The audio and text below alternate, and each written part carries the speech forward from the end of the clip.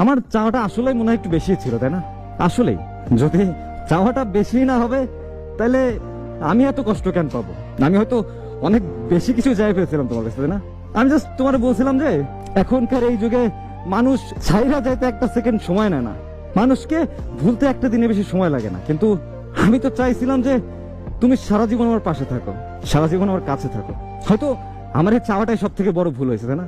ফ্যামিলির প্রবলেম, টাকার সমস্যা, বন্ধু বান্ধবের থেকে কষ্ট, সবই ছিল লাইফে।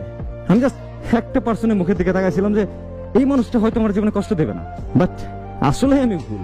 আমি তোমারে সব থেকে বেশি ভালোবাসা সব থেকে বড় ভুলটাই করছি, বিশ্বাস করো। আমি আমার নিজের জীবনের থেকে তোমার বেশি ভালোবাসি, আর এটা তো আরো বড় ভুল। কারণ আমি হয়তো বুঝাই উঠতে পারি যারাই তুমি সব থেকে বেশি ভালোবাসবা সেই মানুষটা একটা সময় চলে যাবে, সেই মানুষটাই একটা সময় কষ্ট দিবে। এই জিনিসটা বুঝে উঠতে পারিনি।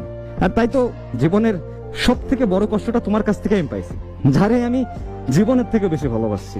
এইসব জিনিস আসলে আফসোস লাগে অনেক, যে তোমার কাছ থেকে আমি এটা পাবো, এটা কখনো আমি আশা করিনি। আমি কখনো অন্তত ভাবি নাই যে তুমি আমার মাঝপথে রেখে চলে যাবা। আমার থেকে অন্য কাউকে তোমার ভালো লাগবে, আমার থেকে অন্য কারো টাকা পয়সা তোমার কাছে আমার থেকেও বেশি মূল্যবান মনে হয়ে যাবে। আমি এটা কখনোই ভাবিনি।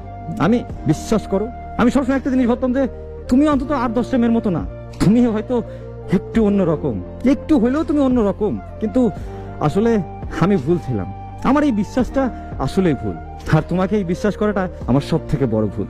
যেখানে থাকো, যেভাবে থাকো, ভালো থাকো, এটাই চাও, আর কোনো কিছু নাই। জীবনের একটা পর্যায়ে যায় মানে আমাদের বয়সের ছেলে মেয়েদের অনেক কিছুই হারাতে হয়, এটা স্বাভাবিক, অস্বাভাবিক কিছু না। একটা কথা কি মানেন, এই জিনিসটা চলে যাওয়ার পরেও জীবনে টিকে থাকতে হবে, জীবনে বেঁচে থাকতে হবে।